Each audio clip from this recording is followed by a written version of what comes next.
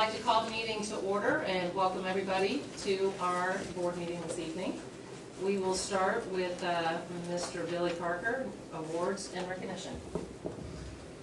All right, we're going to start with the Stillwell Award, and it is no surprise to any of us how reliant we are on technology to complete nearly every task in our daily lives, both professionally and personally.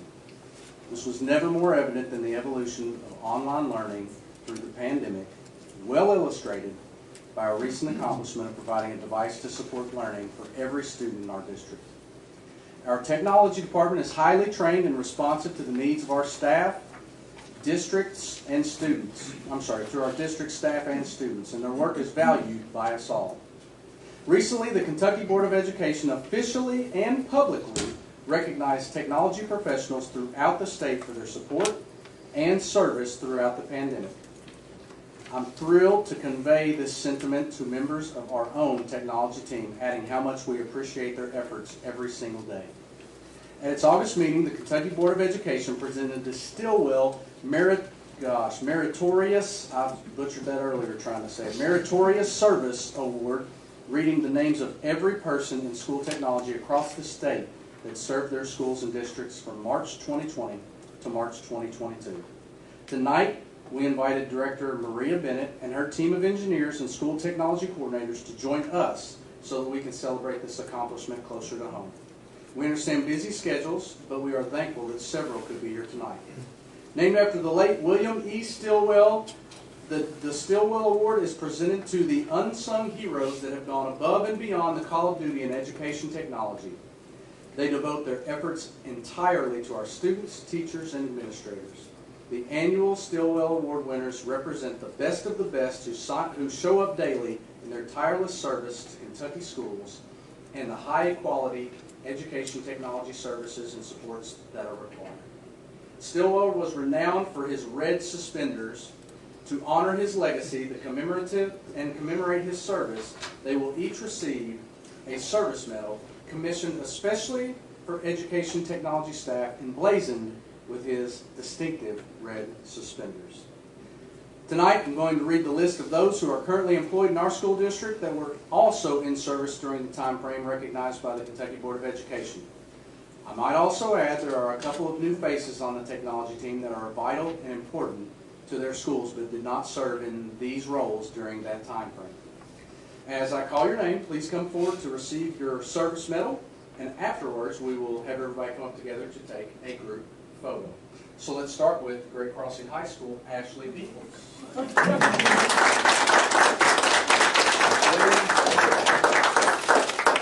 Red suspenders.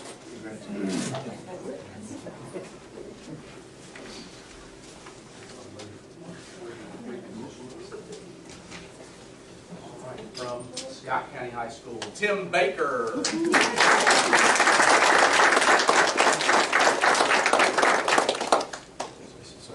Check out those red suspenders there. All right, from ECS and Phoenix, Tiffany Thornsberg.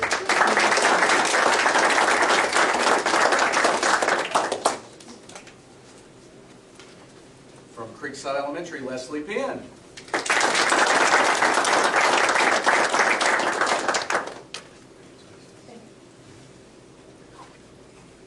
From Eastern Elementary, Ashley, come on out, Ashley Hibbert.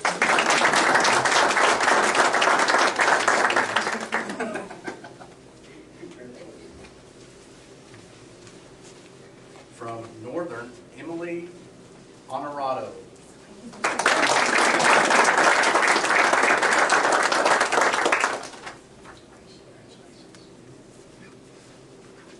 From Central Office / Stamping Ground, Candy Duncan.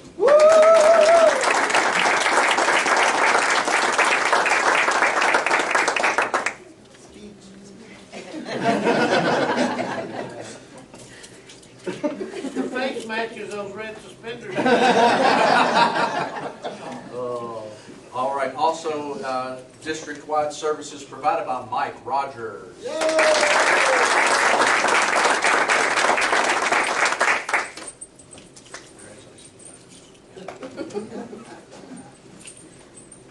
T.C. Clarkston, also represented by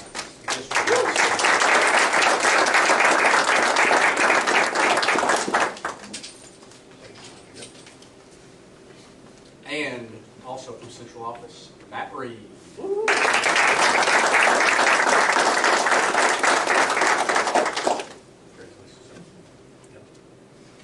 right, we're gonna get up.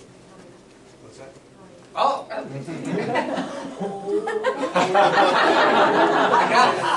I got a new list when I came up here, and I didn't see her on there. My bad. There we go. All right. Maria Bennett.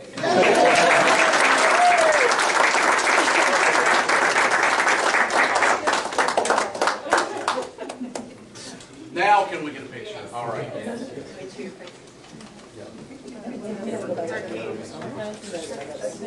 You gotta hold your bullets. You gotta hold your suspenders.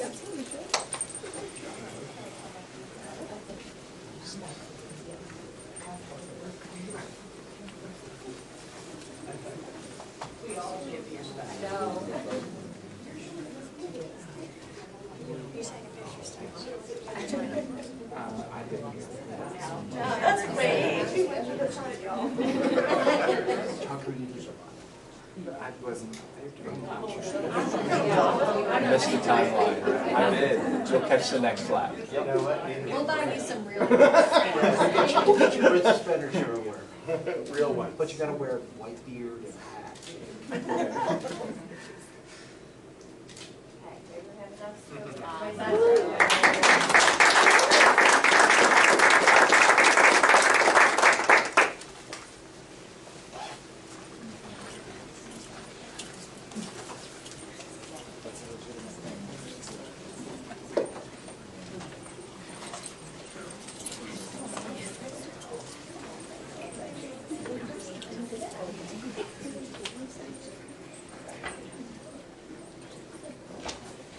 Also for recognition is the Southern Elementary PTA.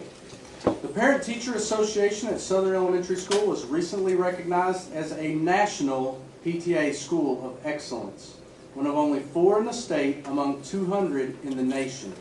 This award came after a year-long commitment by the school's PTA to strengthen communication and support education. During the 21-22 school year, the organization focused on family engagement to support students' success in literacy, math, and science through events like Chalk the Walk, a free book depot, and Family Nights of Lights. With the support of their school community, the Southern PTA raised around $28,000 for the school and purchased a stallion mascot, a PA system, and Young Readers Guild subscription, among other things. This is the picture recently published in the Georgetown News Graphic with Stellar, the new mascot. The Southern Elementary School continues to build and strengthen relationships between school leaders, teachers, and families at Southern. In recognition of their achievements, Senator Damon Thayer sent a proclamation in their honor that I'm pleased to present to Principal Patrick Keeney and PTA officers and members, Dana McCann, Emily Beadle, Jessica Carver, Shauna Kazee, and Jennifer Yoshizawa. If you would, come on up.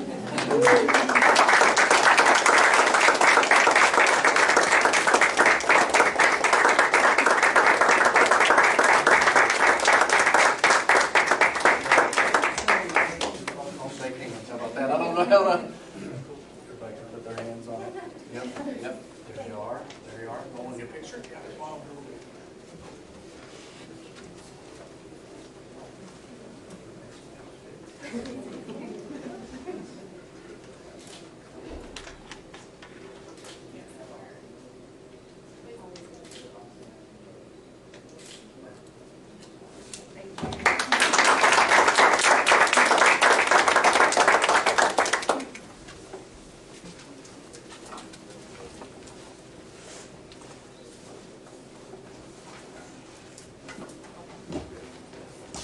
Very good.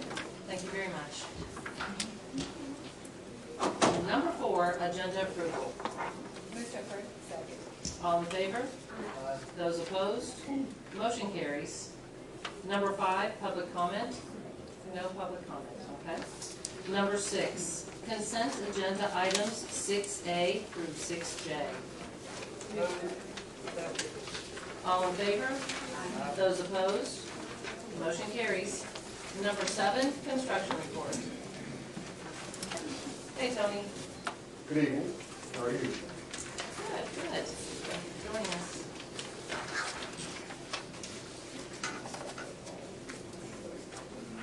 Yeah, a PowerPoint for you tonight. Fortunately, we've had some good dry weather, and there has been a lot of construction. Of course, anyone can see that as you drive by the site. Wilburn has really hit the ground running on this project. Right in, and there's a picture of the school, what it will look like, and you can see this is about where we had the groundbreaking. You can see the big long line in Dusty Road now, and you can see the school in the background there. They've got a nice little trailer in there now. We've got a couple of progress meetings in there. Wilbur's nice to bring us breakfast. So, and you can see the vertical retaining walls are going up. This is the garden. This is the back of the garden level. So where you're standing now is where the main level corridors. And you can see the constructing the block there on the left. A little bit to the left, you can see how much of an elevation difference there is between what would be the entry main level and what we refer to as the garden level. Again, this is a shot back looking down the long hallway. Again, that will all be backfilled in, standing at about main level, and garden level is down on the left. And the workers just, the times we've been there, of course, there's several men working on the site, and masonry going in. That's the paper barrier under the concrete slab. The slabs are going in. They're moving a lot of concrete every day. Of course, the plumbing's going in. The plumbing's getting inspected. Everything's been without deficiencies, as we can tell so far, and what has been reported to us by the code officials. And if you move all the way to the north end of the site, you can see they just continue to move with the, there's a concrete retaining wall. Again, the lower garden level on the left, and then a higher upper level on the right.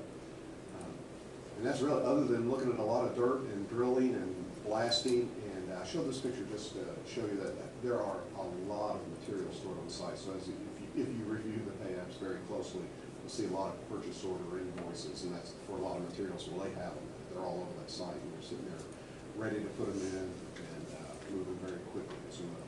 So in general, I would say that if nothing else, the high school project is on schedule, if not ahead of it, just because we've had such good weather, and the contractors have really kind of committed themselves to pushing quick. They're pushing us. They're pushing us on shop drawings. They're pushing us on questions. It's almost hard to keep up with them. They're moving so quickly. So all good news to this point on the high school. Any questions about the I high do. school? Oh, yes, yes. When you're coming in and maybe, well, this tree line right here, Mhm. as you're coming in from the entrance over there, Mhm. do those trees stay Yes. along that new drive? Okay.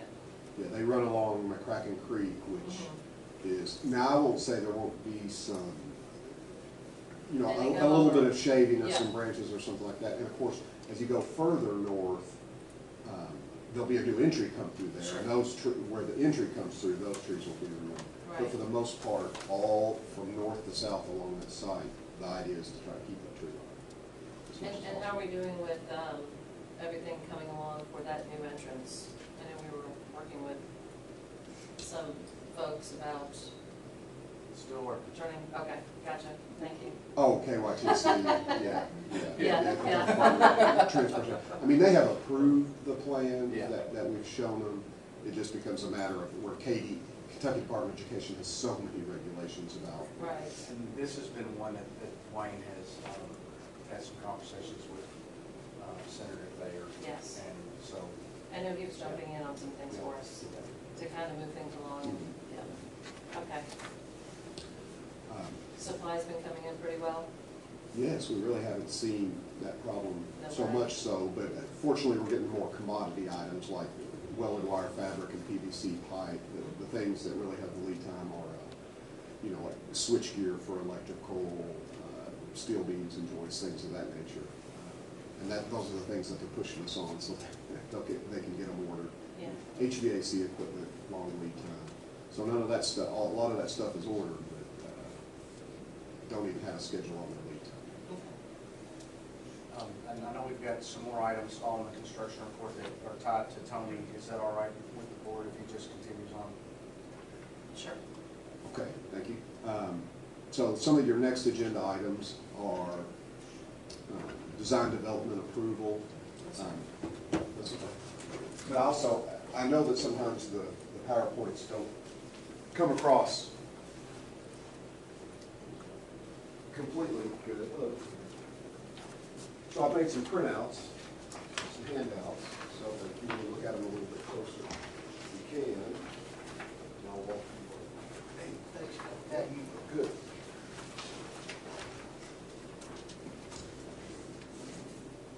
So we're talking about, of course, the athletic fields, which, of course, there's a BG3 and a BG1 that we'll also discuss as an agenda item just after this report. I'm just going to start with the plans for the field house, then I'll move to the site plan, and then after the site plan, I'll move back to the athletic fields themselves. But the field house, of course, is the big anchor piece here.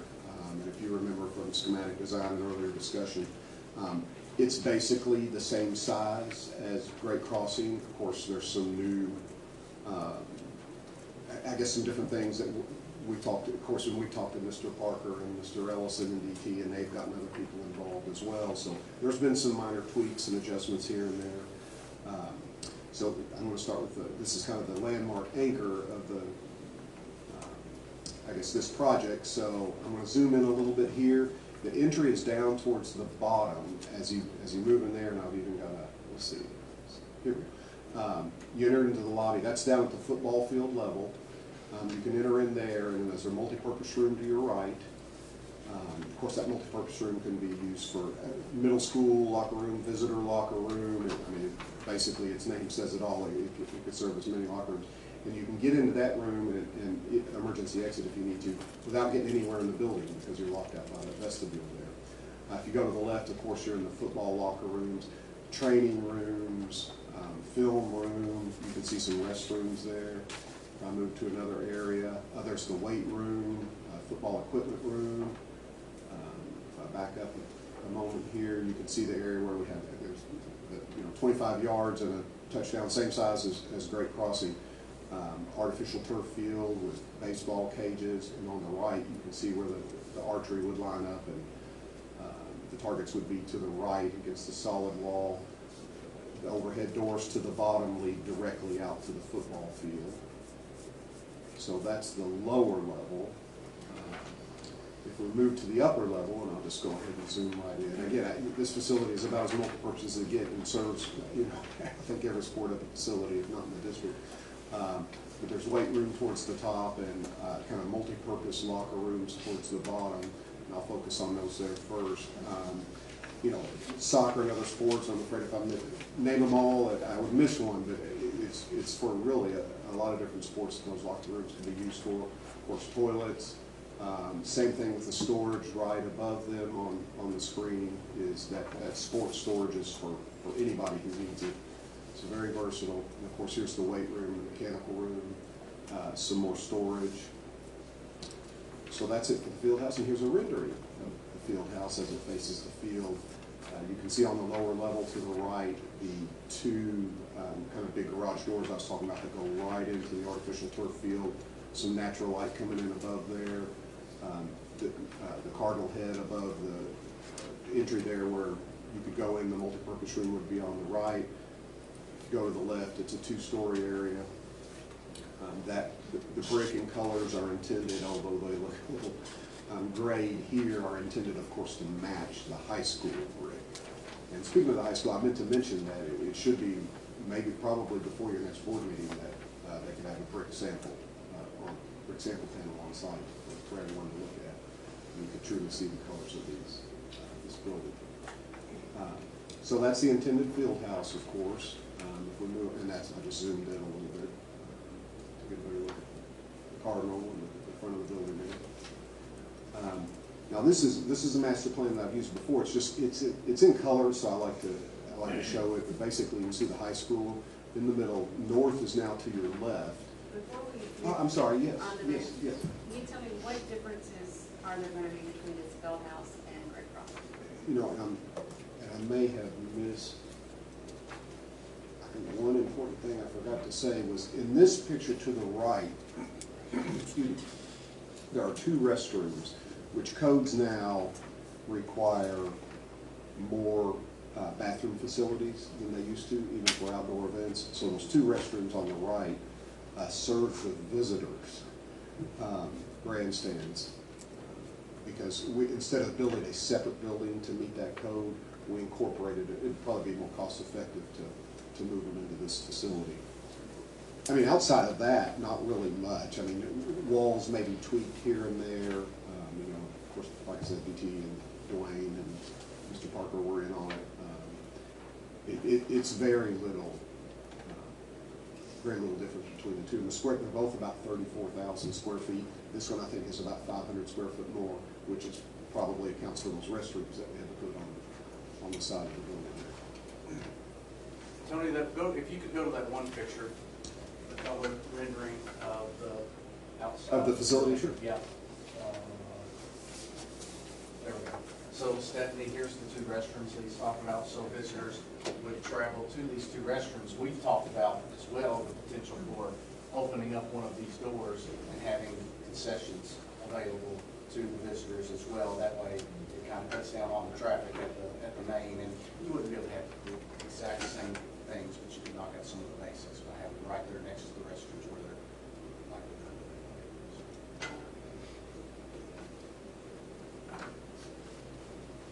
You would have concessions in a build house rather than. In addition. In addition. Because they're proximity, Yeah. they're welcome to use a restroom. Yeah. On the line. Just to catch some of the visitors as they're walking around, instead of them having to. And go again, on. that's, if the school would find that that's valuable, then the school doesn't have to do it. It's just thrown out there, it's presented as an option, it's something that we kind of start thinking through as we got to looking at having to put these restrooms on.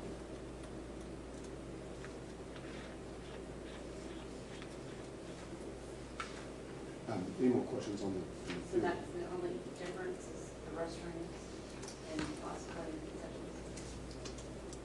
Well, and the concession stands would just be set up, I guess, in the Yeah, in the well, open field house. It's just a table, yeah, nothing. I mean, again, the grade was a little different, so there's architecturally changes in the structure and how it sits on the site and things like that. But functionally, The code change, that's about all it was. I can't think of anything else that was Golf really like. simulation, the golf stuff's in there, the wrestling space, all How that's. did I miss that? There's a golf, there is a golf room in there. And it's intended for golf. It's, So it's not one school's gonna have something. Yeah, One's it's- gonna have, the other has. I mean, with memories, and I mean, there was, you know, we did have with this one, the opportunity for the film room, and that space was, if, you know, with Great Crossing, there were the need for 3 locker rooms. Here, we don't have that need. So, that So was. they could actually turn that extra room into something. Correct, Like that. correct. So whatever, there's plenty of space. There's a multi-purpose room. yeah, and the golf is down under the weight room and under the mechanical room. There's golf all the way down there at the bottom there. In an office area. I don't mind your question. Sure. Because I'm Scott County, former cheerleader. Mhm. And when we cheer, we say red, white, and blue, and I noticed Don't what stand red. up. Don't stand up, chair. I'm teasing, I know what I. Anyway, but I've noticed that the uniforms are red and black now, and the field is red, like the lettering is blue, so, That's a Jimmy Key issue. okay. Jimmy Key likes the black. So, But our official school colors are red, white, and blue. Yeah, so that's why All true George. I know, I understand those things, but I just wanted to, I didn't know if that was gonna be a big deal. Not a big deal to us. Not a big Scott deal. County tells us what the colors are, Okay, I and didn't we'll put them on the field. Red, white, Yeah. Red, white, and blue. Board member said. I'm with you on that, but that. Yeah, because that kind of, I didn't know. I think we marched down this path with the very first project I was a part of, with the field that's outside of the middle school right now. It's got an actual field there that has a lot of wood on it. Okay, Because those are the colors. those are the colors. If I'm not mistaken, I think they're She was the first graduate class. And my children, One of the drivers, they yeah. go. Yeah, just over time, because blacks become popular, the black shoes, you know, so they I just. It's an alternate. I It's just an know. alternate. slowly, I but didn't know. surely, different teams incorporate blacks into it. I don't know. I know it's real minor. But you know, everybody has No, to. it's doesn't not say- minor. It is It's not not minor. minor, but it's Oh, okay, okay. I was It's not gonna minor, say, but 'cause it's it- negative. I kind of struggle when I go to games. Because I mean, you can't put each You're not. Well, Joanna Fryman had an issue about lime green. Remember the lime green conversation we had Oh, regarding the grade grade crossing? and being right Yes, out up there on the field house, remember how we talked about the Absolutely, green? it had to be. 40 hours. I never like to start with them in trouble, but I was just questioning because that's something I didn't know. And I was wondering every time I went to a game, I was wondering why we didn't play. Well, as the colors develop for this facility and the field, the board will certainly be involved. Okay. I know my.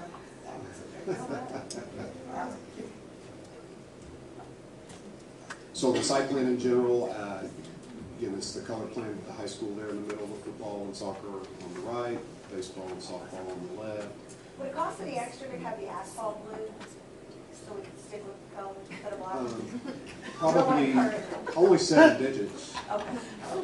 Well, something to talk about I later. have a real question. Mine was really real. I have a real question. Geothermal. Yes. So as we're looking at this very first page, is that what I'm seeing here with the lines or not? No? That is the archery lanes. Those are archery lanes, Yeah, okay. and that's not exactly, that wouldn't be marked on the field in that way, but it's just designated. Okay. And then also, if you look, you can see where there's batting papers. Yes. That also, that just designates the space and orientation. Okay. Thank you. So once we get past the colored part of the rendering. Use black and white next time, Tony. Yeah, well, that's where I'm going. Yeah. Yeah. I think colors are a real question. From my history. Yeah, I think. You're good. Should have went straight to black and white. Here's the black and white. If we zoom in on the baseball field, the softball field, very, very similar to Great Crossing. Parking at the bottom. We zoom in on the football and track. Again, you can see the field house in the upper left corner there. Very, very similar to Great Crossing.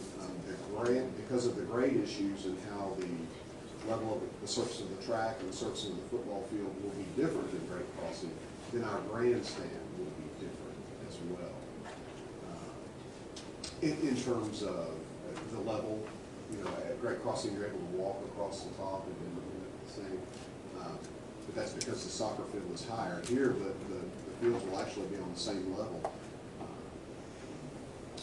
But that makes the grandstands also. If I go to the grandstands, this is a bigger sheet. You have a copy of this. Underneath the concessions and restrooms at this facility will be under the football side instead of under the soccer field side, the way that it works out. If you think about Great Crossing, you walk in, it's under the soccer side. It'll be under the football side here because it's the higher side. In fact, there will hardly be any room to put the structure under the soccer side here. Now, this is probably the one place that you would get some difference is that, you know, only one concessions and a little storage room. But at Great Crossing, of course, it was made for potential for 2 different home teams, and there's 2 different concession stands, so that each could have their own. Whether they're playing on the same day or not playing on the same day, they have their own. Now, how that's worked out, I don't know, but that was the intention in the design. Didn't really need that here, so we have one big concession stand here. But of course, the restroom, storage, and elevator up to the press box, everything else is. How big is that storage area? Because I'm thinking about soccer and track and what their needs are. So how big is that room? Almost 1,000 square feet, I think. Yeah, we have to avoid the S word, sprinkler. we have to keep that down to a certain size. Right. Um, You mean that structure, the whole thing, or? Storage. The other S word, Auxiliary storage. spaces, right? Storage, yeah, storage. Yeah, that's true, because they're running on the same seasons Yeah. in the fall. What do they do now? Who's they? We're talking about- Soccer and football, how are they handling They use the field house. it? The big concession stand? Along the outside that faces the field, there's the storage, there's some storage rooms over No, there. but I mean, like for the, I mean, if the soccer match, they're choosing the concession stand. They're not kept out of the concession stand space because the football's using it, right? They use it simultaneously during the same season. Oh, for concession? Right. Yeah, yes. Okay, that's Yeah. all. Because when you said that, I thought you meant for storage, sorry. no, I thought maybe you were worried that. No, mine I thought is more you- on the side of storage. Okay. Yeah. And there's, there's the sports storage room. I can't remember exactly how that worked out at Great Crossing, but there is, there's storage facilities at the field house. Right. For multi-sports, and I'm not suggesting that is gonna meet all your needs, because I know track. We were very cognizant, especially of track's size requirements for storage and those needs. And we talked a little bit to Nick to kind of, his needs are rather minor. And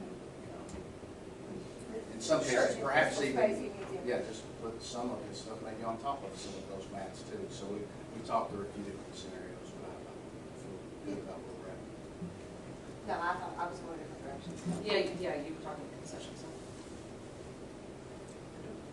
If we just look at the grandstands themselves, as I mentioned earlier, the lower part is the football. And I think we did handle the chair back seats a little different. They go all the way up just in the middle now. And the soccer seats are on the top, the press box in between. Now if we go to master plan baseball, it's baseball and softball, actually. Softball on the right, baseball on the left. If I zoom in a little bit here, again, these are very, very similar to what's going on at Great Crossing. The risers with the seats with backs. There's some small aluminum, called aluminum stands, but kind of bleacher seats. You can see almost 250 at each venue, the baseball and the softball. Storage behind the locker room. Of course, there's the concessions down there. A referee restroom, which anybody can use. Mechanical room. Now on the other side, there's the public toilets. And of course, two dugouts with storage rooms behind them. One is more for the groundskeeper. Again, aluminum stands, very similar to Great Crossing. And that is everything associated with the plans and design for design development. And of course, you've got separate agenda items as BG1 and BG3, and I can sit right here and start looking at those as well. So on this, going back to the grandstand, didn't last week, was there more concession stands on that and less restrooms? Did we use that out? Am I mistaken? At the grandstands themselves? Yeah. is You know, that- at Great Crossing now, there's a whole row of concession stands. On this one, there's just one concession stand. Yeah, that's what I was referring to. At Great Crossing, there's concessions at each end. Right. One, I don't want to say one's Great Crossing and one's Scott County. That's kind of what they were. Whether they open them up at every game anyway, I don't know. But the design intent there to spend that extra money was because two facilities were going to be at that field. Here, the thought was it's really only being built for one facility, so only one concession stand. Right, Get that? I get that. I'm but sorry. Anytime you go to a game, Uh-huh. there's long lines, so I'm just wondering, one would be enough. Well, but I mean, at games now, they're only opening one, with the exception of Battle Birds games. So I don't know that they'd have the manpower for two or one, and I don't know how much of that would be. But again, in their circumstance, they're in better shape than we are currently with Great Crossing because of that. Where we're trying to maybe keep our visitors on the visitor side by trying to meet some of their basic needs at that smaller concession. Well, that's what I was gonna say, when you touched on that a little earlier about maybe at that garage door, having a little spot there for them, Because so. that'd be, then, you know, a person or two can, you know, a couple people could man that and might be a little bit more manageable. And they don't have to walk as far. It keeps the visitors on their side of the field, sort of thing, with mine. Yeah. Unless it's you at some of the games, I guess you have to go back. I got a question, but it's not about the athletic complex. I wish I'd thought of it a minute ago, but I didn't. The type of windows on the upper floor of the new school of Scott County. Skylight uppers? No, actually, when you walk down a hallway that's on the end of the building, windows down that side. And I can't specifically tell you the hallway, but, yeah, it's on the second floor. How do they open? Or are they all just windows and there's no opening in the windows? I think you're talking about Todd, the Claire story. No, was there I'm just- talking about I can reach and touch the window. And the bathroom. No, no, and out in the hall, out in the hall. The only, Kevin, and I'm just trying to get clarity to make sure we're talking about the same thing. At Great Crossing, I'm thinking of if I'm going to Marissa Hancock's IT classroom, there's the main Yep. corridor, and then I That's specifically the take a window right, I'm talking and I go about. those windows. Right. Are there any of those type slated to go in this new Scott County school? And I know I'm really Fixed, straight. inoperable. Well, I know in the stairwells, they're probably fixed and inoperable. Right, All the right. classroom, anything that's in an instructional area that has a Those window. weren't, well, at the onset, fixed and operable, which might be where Yeah, you're at. that's exactly where I'm headed. I mean, you even had decals on them that said, "Do not open." That's just inviting me, you know, so. And Something we can. Maybe somebody can it's take something me to we- Great I can Crossing explain and to you. show Yeah. me. Yeah, you I know can exactly show you. what I know I'm exactly talking what he's about. talking about. Yeah. Yeah. 'Cause- And the other thought to that is, a person could access the roof from there. And I just didn't want to see that, if that was a possibility for Sure. the new one, then we could Yeah.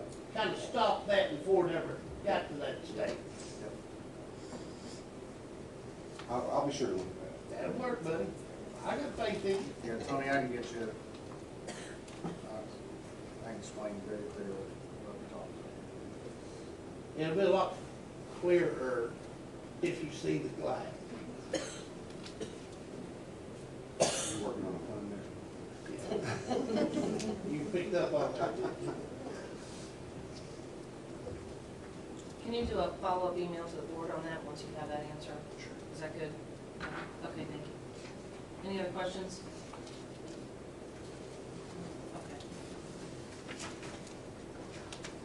Okay, Tony, we'll go ahead and do our thing, but if you'd like to sit there for a minute, just in case there's any questions as we move through the next couple of them on the approvals. I would appreciate that. Number 8, approve design development for the new Scott County High School.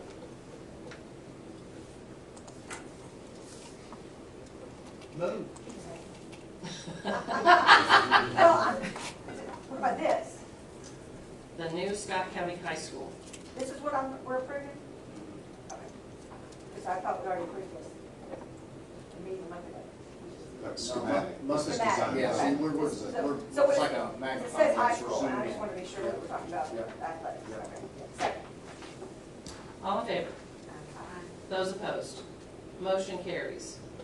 Number 9, approve revised BG1 for the new Scott County High School. Move. Second. All in favor? Those opposed? Motion carries. Number 10, approve BG3 for the new Scott County High School. Move. Second. All in favor? Those opposed? Motion carries. Number 11, approve BG4 Stamping Ground Elementary addition. Thank you, Tony, you have a good day. Thank you. I got a question about this. Mhm. These are leftover funds. Yes. Has anybody made sure that that particular school doesn't need updated restrooms, something along the construction lines? Well, we could still approve this and still go back in and use that, Those funds are those still funds slated. for that school. Okay. Well, I know it's a restricted thing. Yeah, but it this, has to be this opens it construction. up. Yeah, this just opens it up. Well, my thought was I didn't want to get it in a spot to where it gets spent in case now we go back and say, oh, maybe we should have checked. This is 170. Okay. One with Samsung. It's okay. 171. There we go, 170. Okay. And if we do go ahead and approve it, I realize it's still in the construction bracket or bucket, but have we had thoughts about where we were gonna put this So- or use it for? I think back, and Gina, correct me if I'm wrong, but I think back to variety, well, in fact, probably Stamping Ground would be a good example of a project where we used residual funds from other projects that we had little pots here and there left Right, right. over. And so that kept us from having to worry about bonding it out or using more from our general fund. And I think that was one of them, right? And it can't be spent for anything else unless you all approve it. You'll see it on the BG one. Just something like, No, I Okay. was just asking what our plan was to use it for Okay. if we took it away from there. Well, I mean, it really didn't take it away from there, except it just opens it up to where now we can can, use it for reapply. something we could use it, we could use it The for only something thing else this could coming be used for forward. was that addition, where it's Correct. done. That's Right. right, for the construction So, of that. yeah, it Right. could be applied to something I else. just, standing I guess ground, my put point to toward all cars, of you know. this, just to cut through it, and I wanna make sure that there's not an update that in a construction area before we move it from that school and use it for whatever. Well, and that, we check all those boxes before we even get to this point. That's what I was asking to Yeah. start with, Yeah. I wasn't getting that answer, it's Yeah. like, Yeah. oh, well, we'll check on it after you approve it kind of thing, the way I was thinking it. No, we don't bring this to you all unless we're to So that we point. talked with the principal down there to make sure she don't need an updated restroom or whatever. All right, I mean, there's nothing that I'm aware of that anybody, construction's done. I mean, every school's got needs, I mean, so if you're gonna That's why I'm ask, asking. you're gonna ask me as a principal, I'm gonna say, oh, could use it for this, that, or the other, but, I mean, it's But at that I wanna be point- clear, at that point, it would still require us to close this out and start something new. correct. Right, the only thing this money in this pocket can be used for is that project we just finished. So if they did need new bathrooms, we gotta close this out, get a new bid project for bathrooms, and then say we're gonna spend it for and approve it. But it can't be used in this bucket where it is. Is what I'm clarifying, because I follow what you're saying. Stacy's Stamping Ground. It won't when you do this. What's that? I'm good, I'm. No, I'm just was making sure asking I her understand, question. I'm making sure that I understand it. And you're probably correct, but again, the purpose of this money wasn't just for anything, I'm with you. everything that the I'm schools with you. want, it was for the project. Mhm. And when the project's done, if there's money left over, then it comes back to construction, and then we use it and apply it to other projects that we've got running. Perfect example is GMS. When we added in addition, the other things we were able to do for GMS with money left over. Yeah, that's where I was getting this from, because I knew we had done that before, for the school that, out of that fund. I just wanna make sure that we kinda was offering the same kind of deal to them that we did the other ones. You're exactly right, that's where I was getting that from.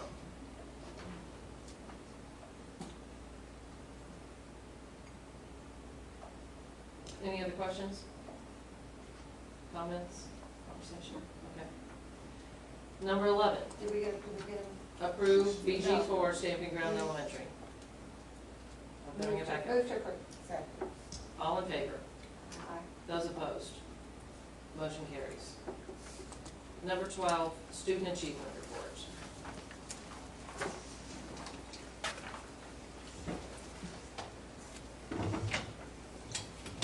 Hello.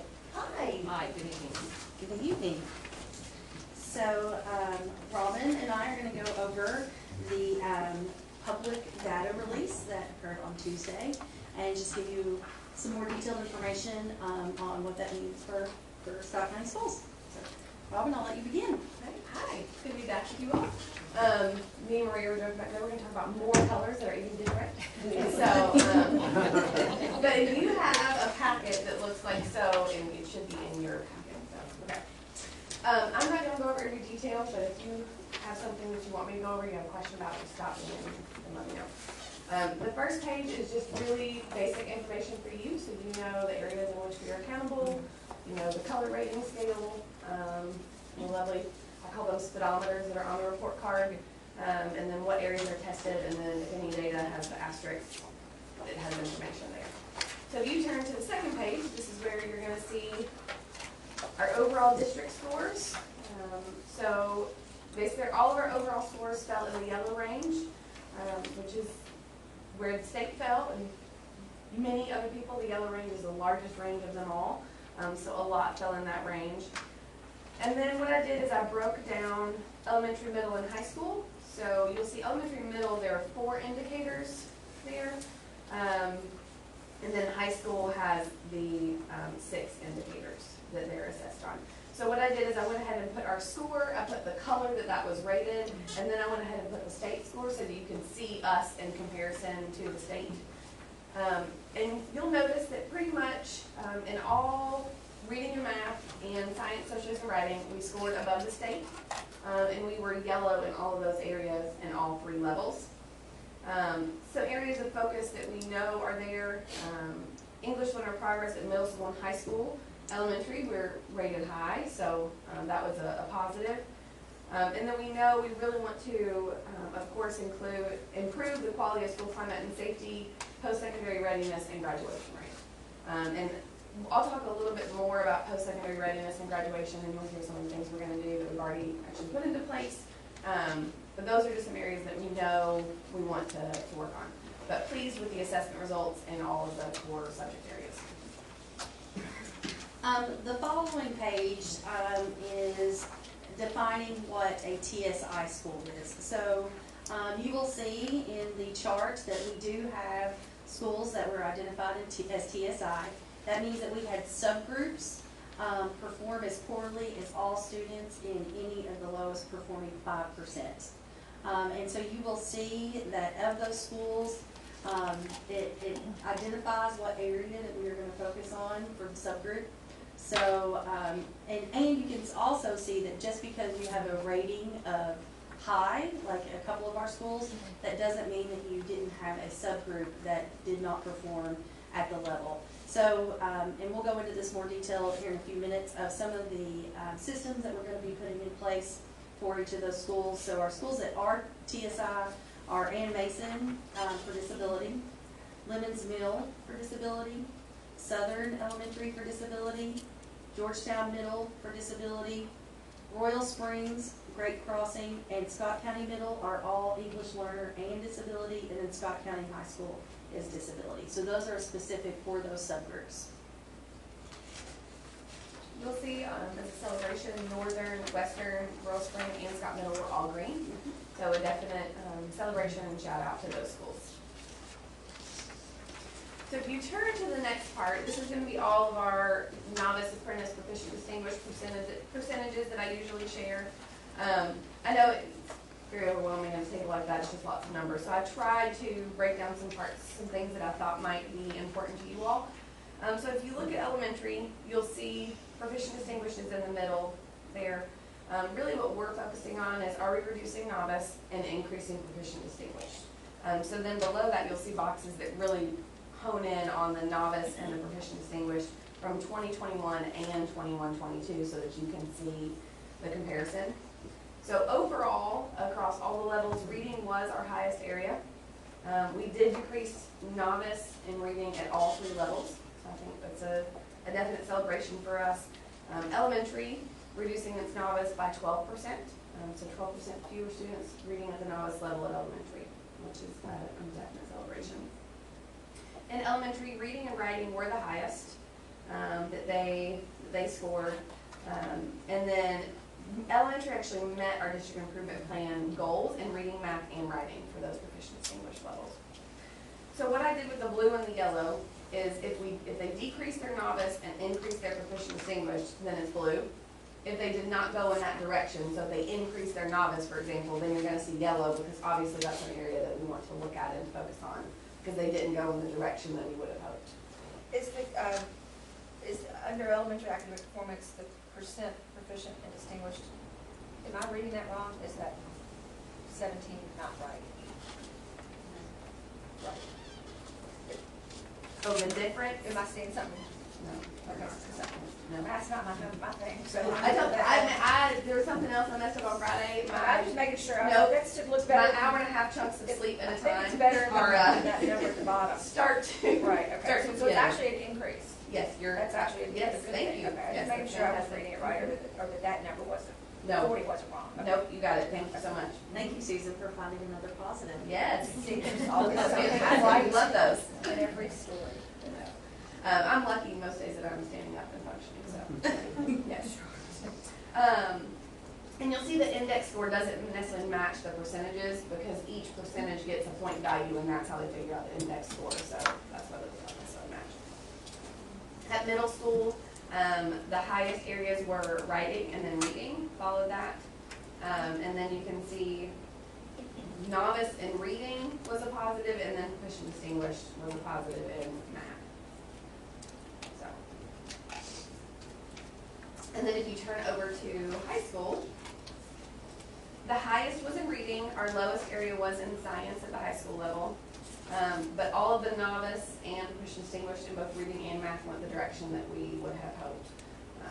So that was fantastic. And they met the district improvement plan goals for reading and math. Middle school met it for math, but fell slightly behind in reading in that goal. But the science, it seemed like a trend overall. Science was just a little bit over here with everybody. And as I was looking at it and thinking to myself, did we talk about this already? Did they do something weird with the science assessment? They have shifted it to a phenomenon-based assessment, so it looks very different than what you've traditionally Because I seen. thought that there was a conversation somewhere about how that was a different animal than it's been asked, and I thought that maybe that had something to do with everybody not knowing how to prepare everybody for it. Yeah, we actually have some training coming up on our next Collab Day on November 8th for our science teachers with that phenomenon-based assessment. So when you say phenomenal, I'm not sure. It's very different. It's kind of an overarching theme, and then the questions. And the theme is phenomenon? Well, they call the theme a phenomenon, and so the questions may vary. So it may be a phenomenon, and then it may be a chemistry type question, and then it may lead into a biology type question. So it's not like the AP, I mean, with ACT, where it's really more data retrieval, just how well can you No, it is retrieve, it's actual real problem solving, scientific critical information. thinking. But you have to actually know the parts of the cell. Yes. Like It's not just be able to read the chart and how it's Exactly. labeled and Right. data. You know, it's it not is taking science that feature information question. and applying it. It's not even, can I regurgitate that information? It is the application. Application of The it. assessment is gonna have two clusters, probably two different phenomenons, and they're gonna have a set of questions on that one that they really have to dig into and really apply. If you're only looking at two different ones, then you can imagine the number of questions that are gonna be on that one that they have to do that application for. And It looks very different than any assessment It is. that they take. We are trying to continue to refine our assessments to make it look more and more like that. Obviously, we don't write the assessment, we get, you know, Sure. so, and we don't look at them when we're walking around the room monitoring. So, you know, just trying to continue to take the tools the state gives us and create our assessments that This is way. a state product, Yes. in-house product. Yes. We're not Yeah. purchasing Even the it. multiple choice may have more than one answer. Yeah, it's not necessarily that you just choose. Which all of our subjects have gone that way now, so it does get a little tricky in that all subjects are gonna have multiple select questions. So they're gonna choose more than one correct answer, which science started that way, and then all the other subjects came on board. They might have technology enhanced, so drag and drop and different things that we're doing. So, and we are with Mastery Connect and other things trying to expose students to those types of assessment questions and have them on our benchmarks. It's just a time in figuring out how to really mimic that and make it look Yeah, that I way. wonder why our kids mental health. It's constant. It is hard It's to a constantly transition. moving target. It is. For every educator in the state, and I just don't understand that. It's It is very hard to compare. That's why you'll see, I mean, most of my focus is on novice and first proficient distinguished, because other than the changing of the test, that's kind of the only thing that we have is our constant, that I can say, here's how we did in previous years, and here's how we're doing now. So, and then I just broke down, I won't go over it, but I broke down the performance by grade so that you can see where each of the grades fall for reading and math. So you have that And there for you. what's up with seventh grade? In reading? So we also saw that, and part of what you'll hear that we're gonna do is we're gonna be really digging into the data, and having some very specific and high-quality protocols that they're gonna go through to really help us dig down to the why. Because, you know, we are out of the pandemic, we are paying attention to the data now, we are moving forward, we have TSI groups, so we have a lot of things where we're gonna get back to going student by student and answering that question of why did that happen, so that we can start to answer those questions. I don't know the answer right now. When you but talk start about to one figure it grade out. level, I mean, that could just be Right. something funky with a group of students in a particular classroom. They could They throw it up. Sometimes it can be just. It could be a lot of things, and so we do want to, you know, those sorts of outliers are our team, along with the school teams, we're gonna be digging into all of that and making sure that we do know those answers so that we can revise our improvement plan. So then you'll see, I know that you will always ask about subgroups, so I wanted to make sure that I included those for you. So you'll see that I have the elementary subgroups for reading and math. I just did reading and math for the subgroups since that's kind of the constant assessment in all of the levels. So I broke down the 2021 scores and the 21-22 for novice and then proficient distinguished. So again, you're gonna see if they decrease novice and improve proficient distinguished, which all of elementary did in all of our subgroups, then they're going to be blue. Okay. So, and I think what this really says is, yes, we are TSI in some areas, and we know we want to do that. We are already making progress with some of the things we put in place. Doesn't mean that we still didn't fall in that bottom 5%, but we already do have some good solid things in place and are making growth, which is one of the ways to get out of TSI, is to make growth. So I feel confident in that some of the things we're already doing are always going to go ahead and get us that growth for next year, because you do see quite a bit of blue in some of those areas as well. Math has more areas of concern than reading, just like our overall scores. Elementary and high school with those subgroups performed a little bit better than middle school. So again, something that we'll dig into as to ask the question, why did this happen and how are we going to fix it? And I think that's a lot of conversations we've had and are committed to finding those answers. Yeah, one thing that we're going to be doing proactively is instead of, some of our schools that were borderline, they could have easily fallen into that category of TSI. So we are also going to be digging in within and being proactive and putting the systems in place so that we can address those subgroups before the following years end up being labeled TSI. Coach me on this, because I don't always read the data correctly, but it seems wonky to me that our ELL group, subgroup in reading at the elementary level showed the greatest improvement, if I'm reading it correctly. But also the least improvement or the most reversal of fortune in math. And you would think if they're English language learners, the math would be easier than the reading. And if they're making such great gains in the reading, then the math ought to now at least be that much easier, because now it's not just numbers, they're really doing better with the verbal. And I think that, I think that the goal of what we're going to be doing is digging in and looking at the individual student data instead of just looking at that overarching, and determining what the next steps are on each student so that we can move forward. Because you're right, normally trends would show that math data for those students would be higher. Right. But our emphasis really has been, over the recovery work, has been a lot of reading, especially at the elementary level, just because they did not receive as much instruction at that kindergarten, first, second grade level. So that has been a true emphasis. So I think that data reflects what the work has been. And I'm hoping that our training over the summer with scaffolding and vocabulary is going to go ahead and help that, because there's a lot of vocabulary in math, and so if teachers are getting better at teaching that vocabulary, hopefully that would go up. That's going to be a group that's really going to be a positive strategy. Yeah. So then you'll see. My concern is, because this is state data, and individually each school, African American numbers are really low, but we didn't get TSI. So we're really I wanna make sure that, that data doesn't get lost, because it's nowhere. Right, and you know, that's a really good point, is It's nowhere. we can't forget those populations when we're doing this.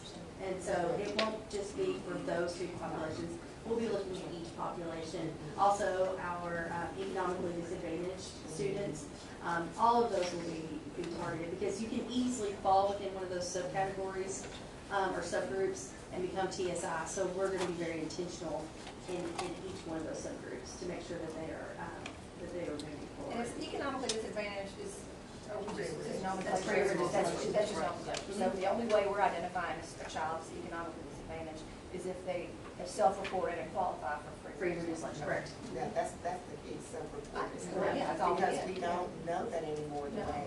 Well, now that Particularly when we're- they get to middle school and high school, they don't want It to. becomes much more challenging. Yes. Yep. But we will, when we create those protocols, we will include all subgroups and make sure that we're looking at all subgroups. Are That is we, very important. as a district, do we use similar materials, curriculum, or is each school kind of like left up to do what they want to do?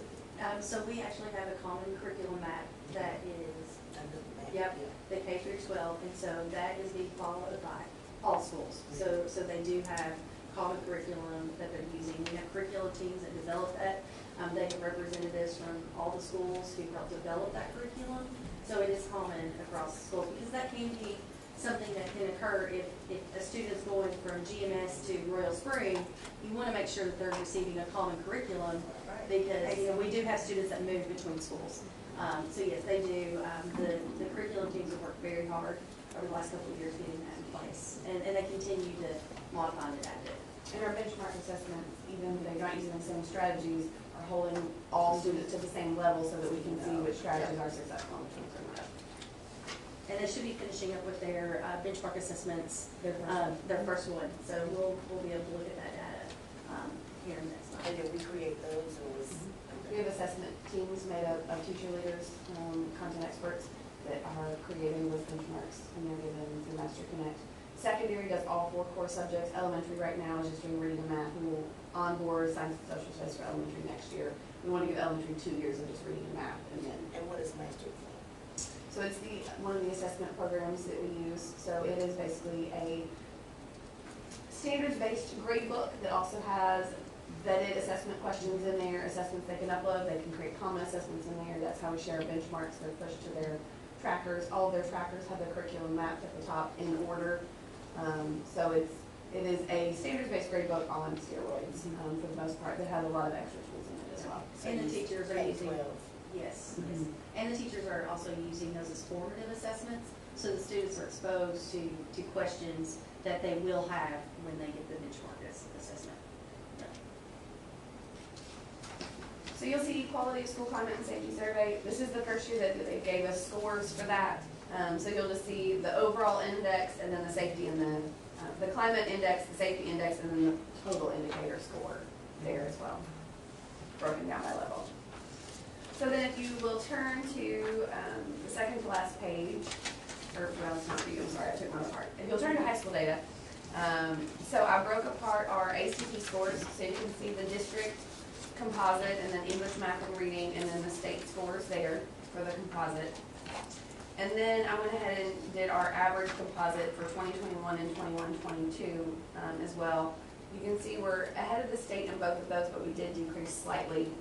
We pretty much stayed the same. I mean, 0.2 of a point. You're pretty much going to stay the same there.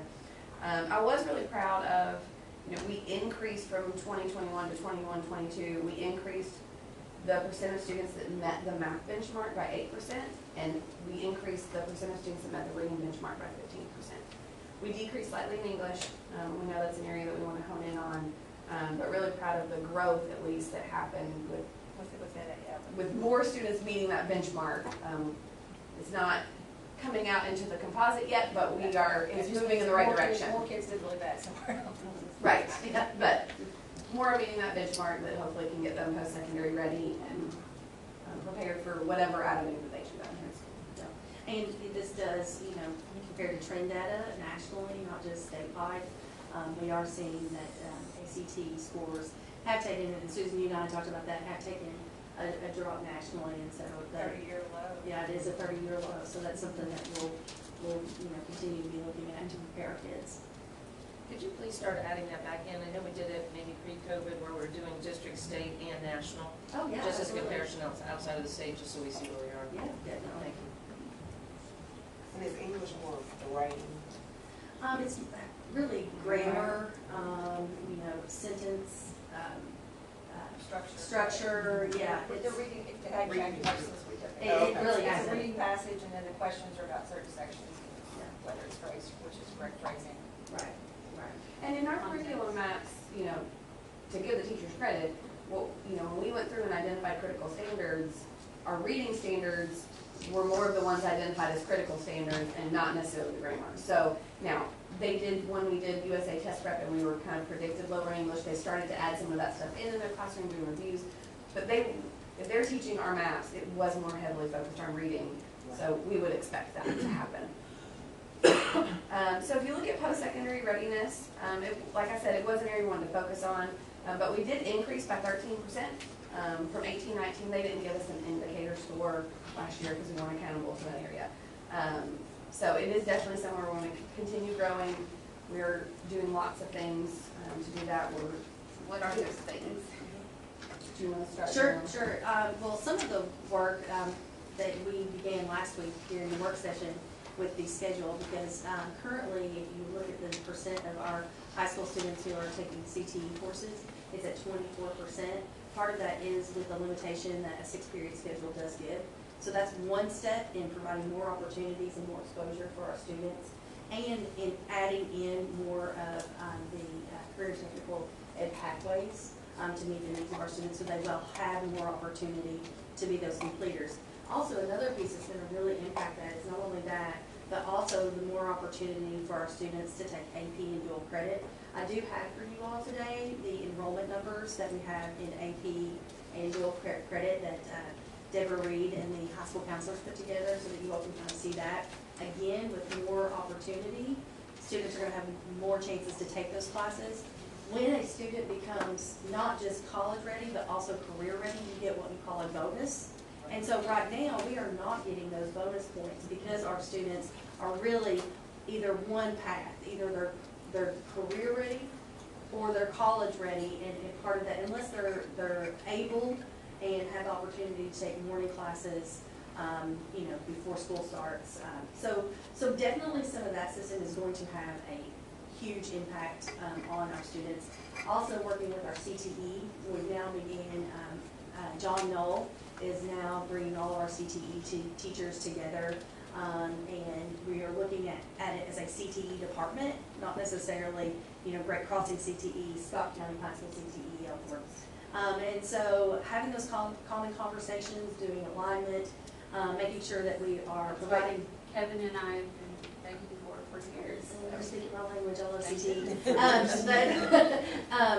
Also, making sure that it is not necessarily completing a CTE pathway just to take a test, which is the EOP, which is offered by the state of Kentucky, instead aligning industrial certifications. We have some plans to align industrial certifications with content classes as well, so you get points for those. And then it also, you can become post-secondary ready as military ready, and so providing an ROTC program back into our schools is a way that students will have opportunity. So I think with the systems, I know with the systems and with the support of the board, with block scheduling, this will go up, so 100%. So, what do you have in place right now? Right now, so we just finished the USA test prep, which is going to give us an identifier on our predicted ACT readiness for our students. In addition, all of our seniors who are not currently already meeting the benchmark in ACT, they took the ACT last week, or was it this week? It was this week. Yeah, the weeks are running together. But so we had all students, the state gave us an opportunity to provide a free ACT. So all students who had not met that benchmark then took the ACT to have another chance. In addition, getting those CTE teachers together and having discussions around common curriculum, aligning, like I said, with industrial certifications, looking, we have a meeting next week with BCTC to continue to look at how we can expand our dual credit enrollment, and making sure that those processes are in place for those kids, so that they are becoming A, completers in their pathway, B, having an opportunity for dual credit enrollment, and also multiple opportunities to take the ACT free of charge. So anything that we can provide those kids this year, you know, the present, to meet those benchmarks now, we are doing, and then of course looking at systems for the future to even expand on that. So looking ahead, if we're gonna bring ROTC, what plans are you gonna make new plans for the ASVAB for that as well? Yeah, ASVAB is no longer, well, because previously you could become career ready by taking the ASVAB. Right. That is no longer the recommended. When you look at that transition readiness, it actually has to do with passing, or with completion of a ROTC program. Yeah, yeah, so the ASVAB, however, I think there's a lot of great resources that come with the ASVAB, that we When can I still taught offer students. career and college readiness, I did the ACT and the ASVAB. Yep. And it was like, if they didn't quite get the ACT, Yep. the ASVAB was great. It was awesome. Yeah. Yeah. Yeah. Yeah, I personally, as a former high school principal, loved that. Right. I think it was a great opportunity for students. But again, the target just keeps changing, and so we're adjusting with it. at one point. Yeah, so, but with the opportunity with ROTC in the future, then we will be able to provide that for students who are looking for the military in the future. Assessment specific, you know, we've always wanted to give USA Test Prep in an ACT-like style. Us now being one-to-one, we were able to do that. So all kids can have more of a true feeling of what that is like. So we will provide that multiple times for them before they take the ACT. We really up and improve the way we're using Coyote so they can meet readiness that way. So there are some other assessment sides that we are, you know, already have in place to try and help them become post-secondary ready. I was at a meeting this week with BCTC, and they were talking about how the number of students from Scott County schools that have attended on campus has declined. But the success to that is the fact that the number of students that are taking dual credit in our high schools has jumped from about 183 to 276 students. So 93 students more that are taking dual credit classes. So again, speaking to all the different opportunities we're trying to put up with the kids. And I'll give this to you too. That's the dual credit, and is this broken down by school? It's broken down by school, That's yes. what I was most curious about. is how that- Now, one thing to be mindful of, I'm sorry, when you look at this, is it does have a total, especially for the dual credit. Some of those students may be enrolled in more than one class, so that's not 425 kids. Those are four different courses. Yeah, yep. Because lots of students who are taking the opportunity will take advantage of this program. Also, something to note. Ms. Reed put on the back another thing that you will want to note. What we formerly called middle college, we now call Bluegrass College Academy with BCTC, and we have students who are enrolled in that. We also have the Scott County High School Prep Academy, where it is focused on some of our students and getting them enrolled in humanities and history 109, and it kind of looks more at those subgroups of demographic. So those are two other noted programs that go beyond just what we offer on campus. So it also goes back down to each of the courses and where they are being provided from. Why is History 109 called something different at Scott County than it is Great Crossing? So History 109, let me look and see.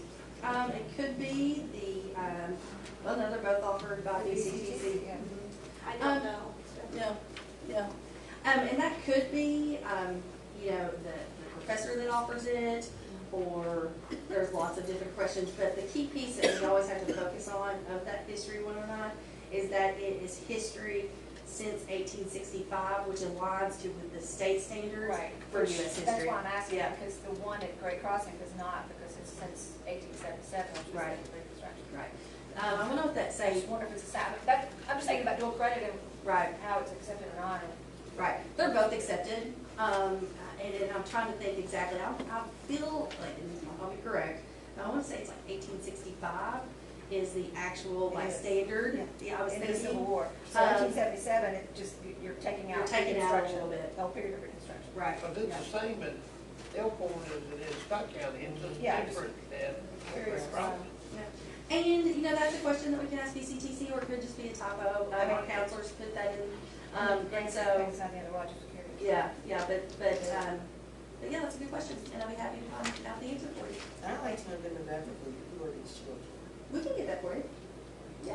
And then with the other the data that you got, like how many students were assessed? Because I know you found that at, for the state assessment. Yeah, that's on our Because school one school report had card. a large population and another school has a smaller population, that data's gonna. You want that by subgroup? Yeah. We can get that for you.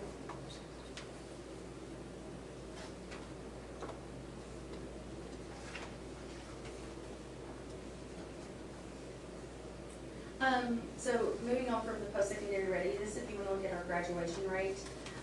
So that is one area that we are going to be looking at and looking at very clearly. As soon as we got the data, we immediately were in contact with our school counselors and the registrars, and we have already found students, we literally have found students during the pandemic. Part of the graduation rate is you are to track each and every student who, if they leave Scott County, you have to ensure that they have enrolled in another school district. And if we cannot track them down, they do count against us. During the pandemic, that did make it a little bit more complicated, just because students left and became unable to find. However, our counselors have already went through and found some of those students, recoded them, so that number will change. It just won't be shown on the report card. However, we have already, Robin's done a great job of getting with those counselors and the registrar, and we already are putting in systems where we have a monitoring tool where we are always looking at whenever a student enrolls, we are tracking them, where they've enrolled, making sure that we know that their whereabouts, so that we will no longer be putting a whereabouts unknown, which is a ding on the graduation rate. So, Which typically we don't have an issue with, correct? It's just Right. pandemic. I know that Pandemic, we lost track of, unfortunately. yeah. This isn't just a. It's not just, No. this is, A cost. yeah, this has gone down across the state, and it's gone down again around almost all districts. And so that is something that, I know that everybody is looking at. And now that things are getting back to normal, we will see a difference. And correct me if I'm wrong, do we continue to try to track those students that we have lost touch with, that's an ongoing process, correct? Yes, yes. And we have put in more protocols in place to ensure that we are contacting them numerous times. Right. To continue to do that, and so I don't think it's gonna be a problem at all moving forward. It was just a problem that we dealt with through the pandemic, and maybe we had some processes that we should have strengthened, prior, and we're doing that. So I think there are tons of things already in place. They're already correcting them into the state data rosters. Right. So they're already gonna be corrected in their NIC. So even though it might not reflect on the school report card, we know that score has already improved for us. And it did decrease from the state by 0.3. So, it is an issue you can see everywhere, even at the state level. But we have made sure that was very alarming for us and a very personal thing of, okay, we have kids that were whereabouts, and so we're digging into that and into the subgroups and really trying to make sure that we have all the supports in place. Like I've just been working with the high school ELA teachers too on specific, okay, what are some of the issues going on with why EL students are not, their graduation rate is lower. So we've already started those conversations and are working through some of those issues and trying to work through that. And providing safeguards. We want every student to graduate from high school. And some of those safeguards, are things from credit recovery, how we're approaching summer school, looking at, as we discussed at our last working session, like the number of credits that are required to graduate, all of those things, which the state minimum is 22 right now, but as we increase the number of credits that we offer, what can we do for those students who maybe have gotten behind? So just looking at those safeguards so that we can give second chances to some students who may have gotten themselves in a situation, and instead of feeling like there's no way out, providing them with the options to how to attain the high school diploma. So, We have a graduation goal. Realistically, I mean. Yes, It's on our yes. district improvement plan, Which I don't have right exactly now, what it but is. I'll send it to you. I mean, Yeah. it is documented. It's- Yes, yes. Yeah, it's something that we always look at. Yeah. I'm not gonna go into detail on the plans for improvement, because we've talked about much of them as our conversation. We are gonna, continuing our 3-year recovery plan, tweaking that as we go, looking at the data, making the adjustments that we need to. Our more intentional focus on drilling down to the data and really looking at that, especially our subgroups, with EL and disability, and then, all others. Looking at improving the data tracking process, especially at the high school level with post-secondary readiness and graduation, and how are we tracking that, how are we incentivizing students, all the different things that we're providing for them. Schools are gonna look at their data individually, as a school, PLC level, individual teacher level. We're gonna go through all those and create those protocols, especially for those TSI schools. And then the work with the Deeper Learning Grant obviously plays into that as well. We know that it'll improve some of the goals that we already have in place. Question? I'm just curious, I wasn't able to do it earlier, and even more so after we talked about it tonight.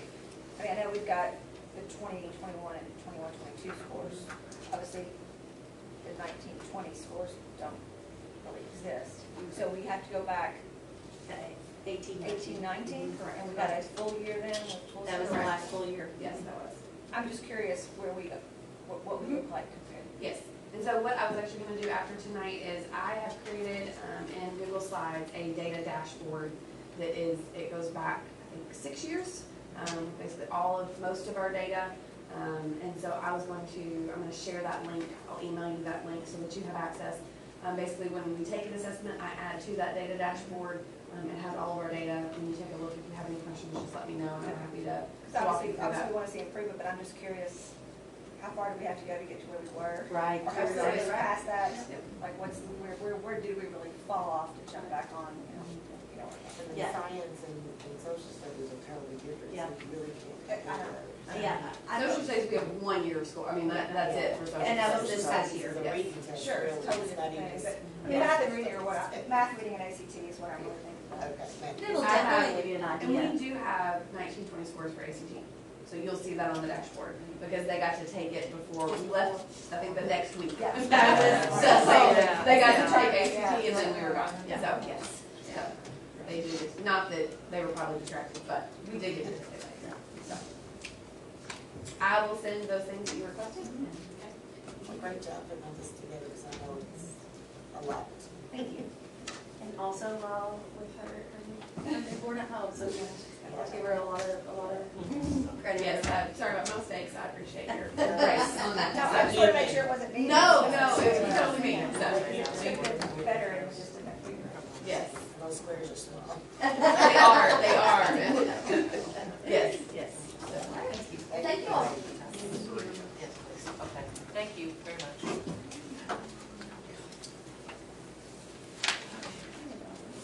Number 13. Approve field trip fees for Scott County Schools Gifted and Talented Program. Second. All in favor? Those opposed? Motion carries. Number 14, approve to create 3 booster paid assistant archery coach positions. All in favor? Those opposed? Motion carries. Number 15, approve emergency certification for the position of band teacher at Great Crossing High School. Second. All in favor? Those opposed? Motion carries. Number 16, approve to create ratify positions 16A through 16C as submitted. Second. All in favor? Those opposed? Motion carries. Number 17, approve memorandum, okay. Approve memorandum of agreement between Kentucky Services LLC and Scott County Board of Education. Billy? Real quick on this one, so this has been one that we have been working back and forth with Josh on, and at the midnight hour, they have asked for a tweak to the insurance coverage requirement. Josh is fine with it. It's just that if we were to vote to approve this, it would be to approve the agreement with an amendment, an amended insurance coverage requirement of $1 million per occurrence and $3 million aggregate. So I just, not a, sure, yeah. Sure, please. Yeah. And me and Corinna were talking about it, and I could have easily just said, let's pull it, but why, it's on there, you know, as long as you all don't have a concern with it. No, go ahead. Susan? Okay, move to approve the memorandum of agreement between Kentucky Services LLC and Scott County Board of Education with an amended insurance coverage requirement of $1 million per occurrence and $3 million aggregate. Second. All in favor? Those opposed? Motion carries. Number 19, approve and recognize the establishment of the Royal Spring Middle School Band Booster Club.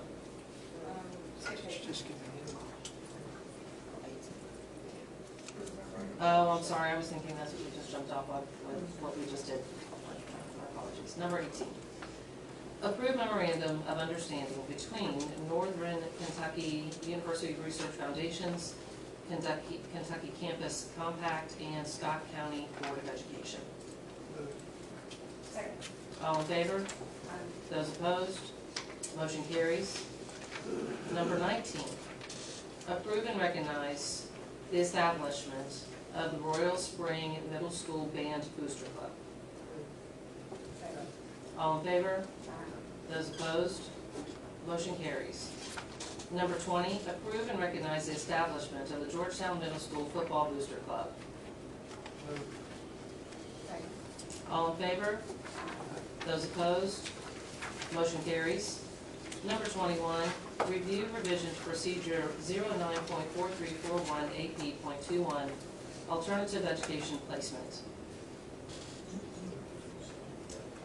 Number 22, review revision to procedure 094341 AP.1, alternative placement voluntary application form. Number 23, approve bus purchase. I got a question. On the propane bus, where are we getting it filled? Okay, so, sorry, I thought you were gonna ask more. It's coming, I just, Southern we do states, one at a yep. time. Yep. Well, where we gonna fill it at? What do you mean, where we're going? Where we gonna get the propane to put in the bus? From southern states. Okay. Yep. Do we know, and we may not know this yet, but I'm curious, Yeah, no, that's. miles per gallon on the propane versus our diesel buses? So I don't have an exact number for you on all that. What I do know. I'm sure it depends on the routes. Right, but part of what even got us thinking this direction was, we looked at it, after the past 2 or 3 years, we've looked at this, and then Franklin County's going hot and heavy. So Brad McKinney, their transportation director over there, knowing real well, he's like, just come on over. So we've had a chance to really dive in, take a look. They save money every year with theirs. Through the fuel savings. Through the fuel savings from propane to diesel. So I know there's a savings, I just couldn't. Well, that was gonna be one of my quantify questions, for it you. would be the cost Yeah. of The, propane versus the diesel. right, but again, it's all about the market too, because who knows, Oh, yeah. ebbs and flows. But- This year's one, next year might be something different. Right. The thing that we're limited on is, they don't make the propane bus an 84 passenger bus, and so for them, they're purchasing some 84 passenger buses, so he has said if he had it his way, they'd be all propane. So for me, it was just, I don't mind sticking my toe in the water, but I don't want to go crazy.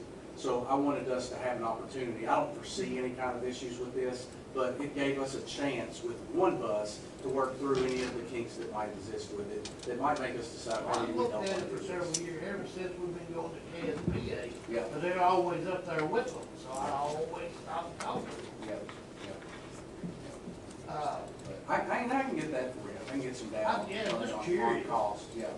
Do you have a plan on what route you would put this particular bus on?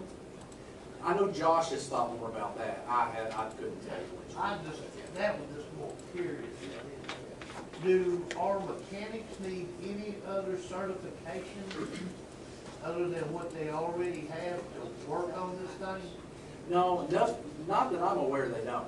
But a lot of the bigger things we have to outsource anyhow. Oh, So that, Well, the only reason I was asking is because I figured, not that it's, and I almost hesitate to even say this. It's compressed gas, so, you know, do we need a little tweaking on our certifications for our guys, hazmat training here, right. or something along those, I mean, I was just, I'm not aware of us having any I kind would of think the requirements for that. transportation, I can't remember his name now, but you just, over at Franklin County, would have said something along those Right, lines. that never even came up remotely. But between, I mean, I could call Brad as soon as we're out here, or I could get a hold of Carl Meehan over at the Department of Education just to confirm, but again, there's nothing, I mean, we've been talking about this for years, and that's not come up. Yeah. But certainly, I mean, and certainly too, if there's anything that costs reason for pause. I guess my other thing to this is, will the state do a 25% on this like they will the new diesel buses? What do you mean? As far as depreciation? No. I know the state is offering a 25% of your cost per bus. They're trying to get new buses more efficient, more. Energy reduction, or Energy, that's it. inflation reduction That's- stuff? Yes. Yeah, that's the Yes, program. yes, it's, yes. Will it apply under the Yes. same guidelines? All right. Sorry. What bank? Well, if I could say it right, so you would help. No, it's, It comes out of funds that are in bus funds. yeah, but we budget for it, and this year, usually we just budget the 600,000 for buses, and this year came in, 50,000 over that. Gina and I talked about where we might be able to tweak that budget to be able to take that on and not create a tremendous burden for the districts. So does the propane bus cost more than? Yes, I want to say it was like 8,000 to 10,000 was the difference. But offsetting with the gas? The AC that we're getting on these buses, I'm assuming that all of these will have that on them, correct? Yes, yeah. Are they also coming with tinted windows or just? No, just not the 10, and honestly, I've gone back and forth on that, and About doing both or? yeah. So I don't know if that's something, maybe. I like the idea. Yeah. I mean, you're gonna have to convince me that it's a bad idea, and obviously three, it costs something crazy, Yeah. You see this as an efficiency thing in terms of temperature or a Right. safety thing in terms of There's identifying a child? There's Right. there's a variety of aspects that you could look at that from, that I've thought about. It's usually just a special ed bus. Yeah, exactly. Well, that's, I think there's some districts you might see where it's a little bit more. it's a little bit more than just that one. Yeah. And I noticed it more because I saw it was on the agenda. And where we was traveling last week, I was noticing the buses. And probably 85 or 90% of those buses were empty. Not all of them had AC units on them, Right. but they sure had the tin on the windows. Yeah. So as we was talking through this, I was thinking that perhaps, Yeah. you don't put AC on them, great. I think that's a good thing. That's a step in the right direction. But to be maybe a little more efficient with that unit, it don't have to struggle as much as if it has tin on those windows.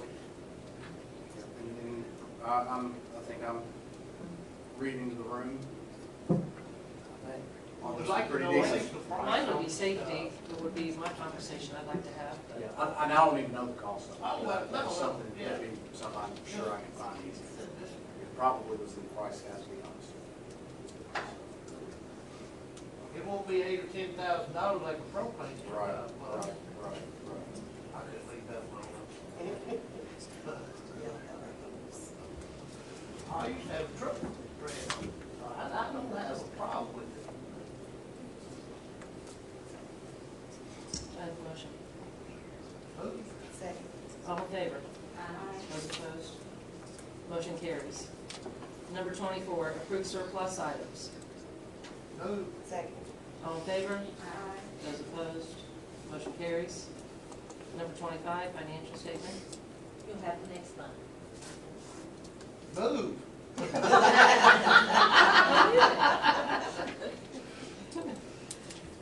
Okay, number 26, approve current bills. Move to approve. Second. All in favor? Those opposed? Motion carries. Good, number 27. All right, superintendent report. So I just put it on here because we've been talking a lot about opportunities, and for the past month, it seems like the word awareness has come up because of the fact that everywhere I'm at, it just seems like, like talking at BCTC about some of the things that they've got going on. There's just a lack of awareness there. There's things that they've got going, there's things we're working on with them that just, we talked about the importance of marketing. We talked about Lynn Godsey, who is one of their key members of BCTC, who they were kind of joking about the fact that she's all the time got a field trip or given a tour to a group or whatever. But, I spoke about the fact that I feel like some of that, they do a really good job of demonstrating what advantage that they can bring to the community. And so we talked a little bit about that. And again, awareness just is kind of the theme of I don't know, it just came to mind, and I just wanted to throw that out there. She's super lady. Yes, oh yes. And that's what I love, I always say it, I love about BCTC. They are, you find other people that at the first roadblock or barrier, throw their hands up. She'll work with you. She's gonna do bust every through bit of it. that. Yeah, she's gonna bust through it, dig a hole under it, or build a plane fly over it. They're getting through it, so. For strategic leadership, drug use prevention program. So I got to be a part of a opioid abatement group, which there's money out there in the state for this. Some people in the community, Karen Butcher, in fact, she got this group together and she talked about it. And we were talking about all kinds of different things, and it just, I don't know, it made me feel like it's just. She's very powerful. We can do more, and we should. So, anyway, I'm not gonna get into it, but just we need to do better. So we're looking at some different things, and there's nothing out there that's a silver bullet for this kind of thing. But we are looking at just what is out there. We found a program through UK that different districts are using. The difficult thing with this was, they're like, oh yeah, here's 20 districts that use it. Well, I'm reaching out to superintendents about it, and they're not saying anything bad about it, but they're like, I don't know. What we were finding is that for the most part, it was more of a school-based solution, where maybe the district didn't launch on it, but the school saw the need, the school found money, and the school jumped into using the program. And again, this is one of those things where even if this is the 5th best solution, it's better than It's nothing. better than nothing. Yeah, And so, if you watch the national news, it makes you sick to your stomach. I mean, I don't know the data compared to this guy here or not, but it is scary. yes, yeah. It's really scary. And it is something, I mean, we are, it's just prevalent in our community. It strikes everybody, it impacts us all, and, I've been saying an ounce of prevention is worth a pound of cure. It's just trying to find some sort of prevention method that makes a difference. So anyway, we can do better, and that's what we're looking to do.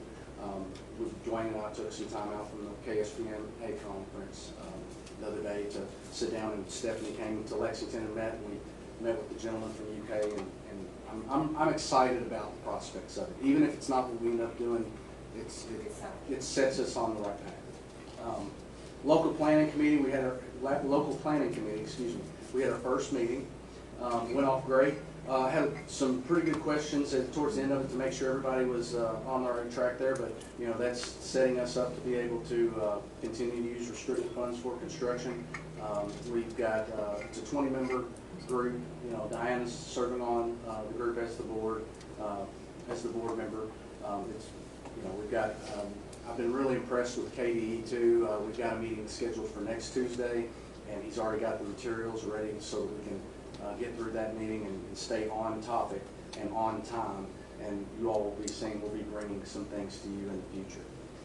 Aspiring leaders, I just wanted to give a shout out to Stephanie Emmons on this one because of you know, all of her work in getting that program off the ground.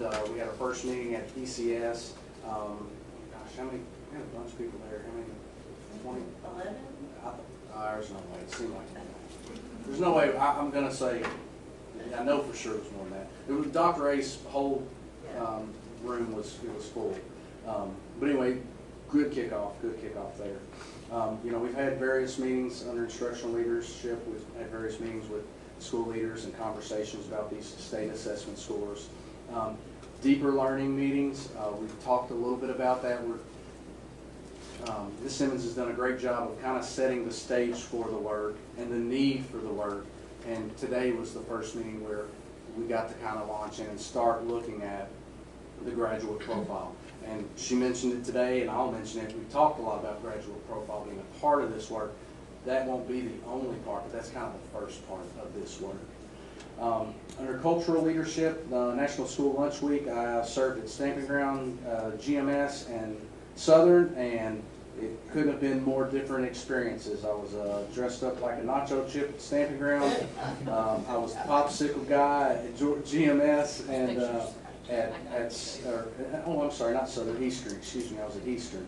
I don't know why I put Southern. I was at Eastern, and at Eastern they had me serving spaghetti and meatballs, and I mean that was a mess. It was fun. It was fun, but it was a mess. And then the Phoenix Horizon community, they invited me to be a part of their JAG I&I ceremony. That's their kind of installation ceremony where they take their officers and make their officers and their members kind of talk about what they are going to do as far as their commitment to the program. I will remind you that the JAG program is who started the Veterans Day Cracker Barrel Veterans Day recognition for our veterans. So that's something they're planning to do. So just a little, throw that out there that that's something they're planning to do. And I spoke about that when I talked to them. I said, look, you know, really make sure you're recognizing the opportunity that exists through having this opportunity with JAG and make the most of it. And we had a really good time. It was great to get to interact with a lot of their students. Human resources leadership, the block scheduling impact discussions. You know, we've talked about the impact that will have on our staffing. And then shout out to Dana Stefanik with non-emergency certified personnel training. This is where we've got individuals at our schools who maybe don't meet the requirements education-wise to qualify as a sub, that we can get in the door so long as they've got a high school diploma. Eastern is crushing it. They, last I saw, they had 4 or 5 people that were a part of the program through them. I know Great Crossing had some people that they've sent in. I really feel like this has the potential to bring more people in the door. And with this program, again, they can only work through that school the first year that they're associated with, and then if they're continue on the second year, they can move on throughout the entire district. Managerial leadership, we had the KSPMA, Kentucky School Plant Managers Association annual conference. Got some interesting ideas on some outside the box solutions to some staffing situations that had some conversations today with SCA leadership and bounced some of the ideas off them, and they thought it didn't sound like a bad idea to maybe pilot. So that you might be seeing, I might be sharing a little bit more about some of that as we get into it. And then new Scott County High School progress meeting kickoff. We had the first meeting that happened over fall break. Dwayne and I came in. I was dressed more like I was doing some of the work on site than I might be for today's meeting, but it was awesome. We had a good time, and it was really nice to see, just like Tony said, how deep in the weeds everybody's willing to get and how far ahead everybody is. Collaborative leadership, I mentioned the BCTC, the Regional Opportunity Council meeting that we had earlier this week. We've been working with Toyota on our driving possibilities. We've had multiple meetings with that. That is looking like it's going to be more of a long-term kind of thing. I was expecting it maybe to be a 3 to 6 months. It's looking more like a 12 to 18 month kind of deal where we'll spend some real time diving into what exactly we want this work to look like and then start implementing some solutions. So just throwing that out there.